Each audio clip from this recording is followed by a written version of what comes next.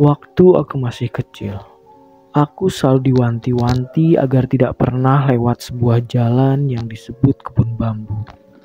Tempatnya sangat luas dan tentu saja dipenuhi oleh pohon bambu yang sangat lebat. Ketika petang, kebun bambu sangat gelap, mencekam, dan mengerikan. Lokasi kebun bambu sendiri bisa dikatakan hanya berjarak beberapa meter dari pemakaman kampung.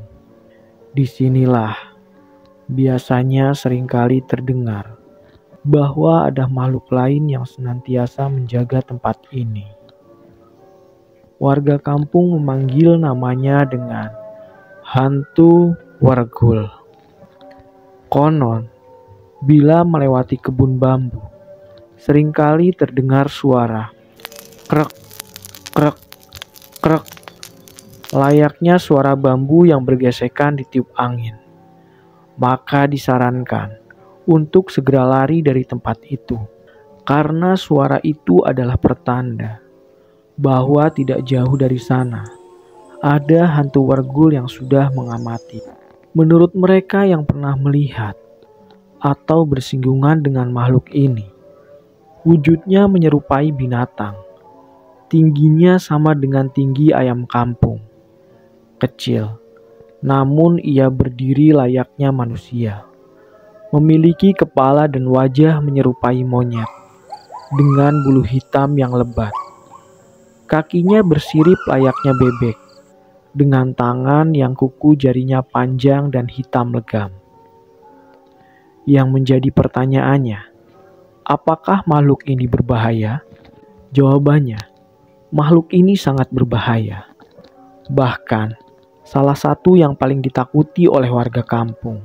Dahulu, saat makhluk ini seringkali menampakkan diri, makhluk ini dapat mencelakai, bahkan berujung pada kematian. Saat aku dengar cerita ini dari tetanggaku yang kebetulan rumahnya tidak jauh dari kebun bambu. Beliau bercerita bahwa pernah ada yang meninggal karena makhluk ini. Mereka yang meninggal karena makhluk ini dapat dikenali dengan satu cara, yaitu meninggal dengan mata dan mulut terbuka lebar. Maka itu pasti ulah makhluk ini. Pernah aku mengalami langsung kejadian dengan wargul. Namun itu adalah hari yang sial bagiku dan menjadi satu kenangan yang gak bakal pernah aku lupakan. Ceritanya, waktu dulu aku ngaji di sebuah pondok pesantren baru. Banyak anak-anak desaku yang dipaksa untuk menimba ilmu di pondok itu. Meski hanya sebatas belajar mengaji, sejujurnya aku enggan mengaji di sana. Bukan karena apa-apa, namun karena tempatnya harus melewati area pemakaman dan tentu saja harus melewati kebun bambu. Suatu hari, aku berangkat sesudah maghrib, dan sialnya, waktu itu cuma ada 3 anak yang pergi mengaji. Yang lain kebetulan tidak bisa ikut. Sebut saja, aku, Udin, dan Jamal. Kami berangkat bersama-sama. Sebenarnya, sebelum Isya seharusnya kami sudah pulang. Namun, karena terkendala sesuatu, akhirnya kami baru bisa pulang pukul 9 malam. Setelah bersiap pulang, tidak lupa di tangan kami ada obor sebagai penerang jalan. Karena pada waktu itu tidak ada yang namanya lampu jalan. Melewati areal pemakaman bikin aku merasa gak nyaman. Berkali-kali aku bilang permisi, meski di dalam hati. Bukan cuma aku saja, Jamal dan Udin pun melakukan hal yang sama. Kami semua tidak mau memandang areal pemakaman yang selalu tercium aroma melati. Ketika sudah sedikit berjalan jauh dan meninggalkan areal pemakaman, maka tibalah kami di kebun bambu. Benar saja, baru saja menginjakan kaki di kebun bambu, angin dingin seperti berhembus begitu saja, membuat api di obor kami perlahan bergoyang.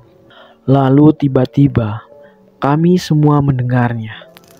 Krek, krek, krek. Kami berpandangan satu sama lain.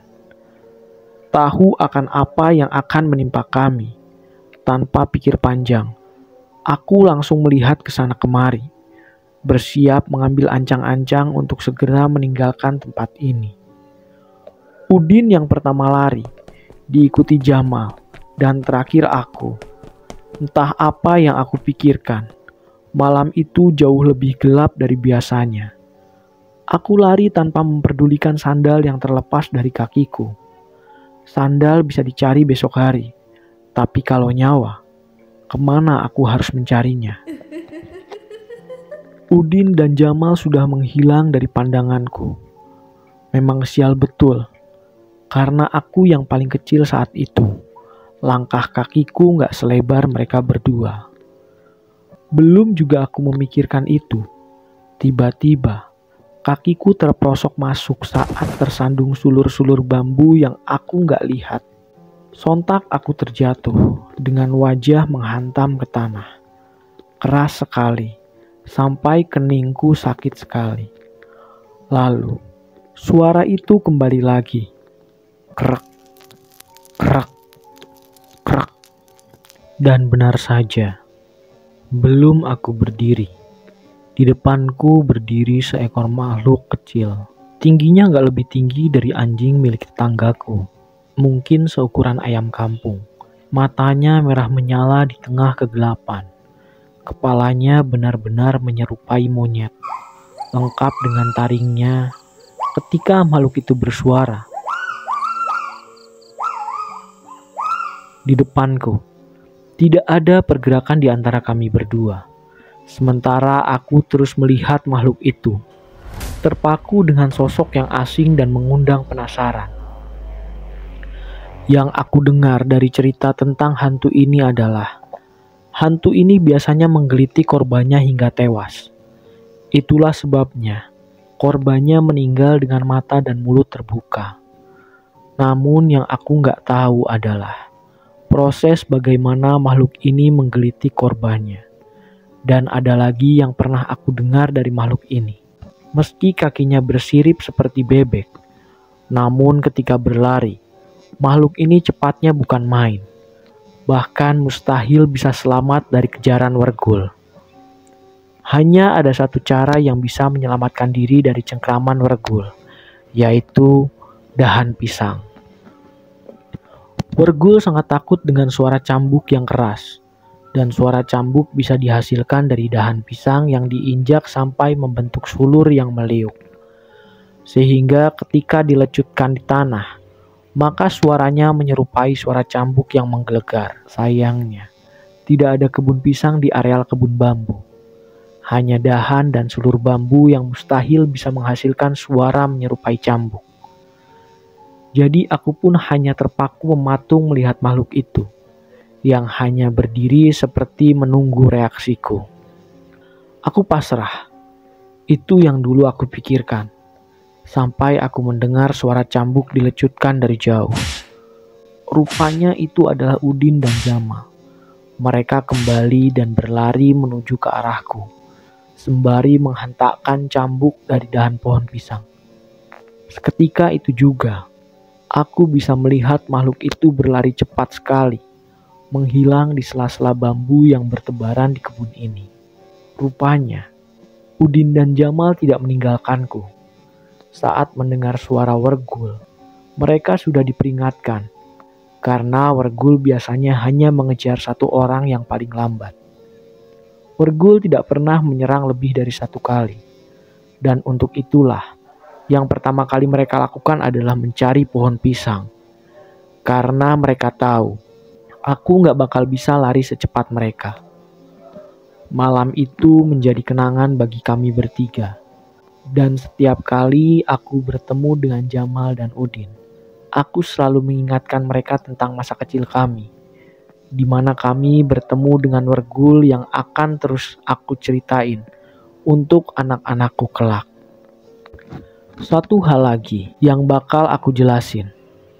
Konon menurut kabar yang aku dengar, kemunculan Wergul biasanya menjadi pertanda. Bukan pertanda baik atau buruk, melainkan pertanda bahwa tidak jauh dari tempat suara Wergul muncul, sesungguhnya ada makhluk yang jauh lebih mengerikan tengah mengamati. Siapa itu? Wewe Gombel. Namun, nanti aku akan cerita Wewe Gombel ini. Karena yang aku ceritakan berikutnya adalah makhluk hitam besar yang dulu suka sekali memakan gabah.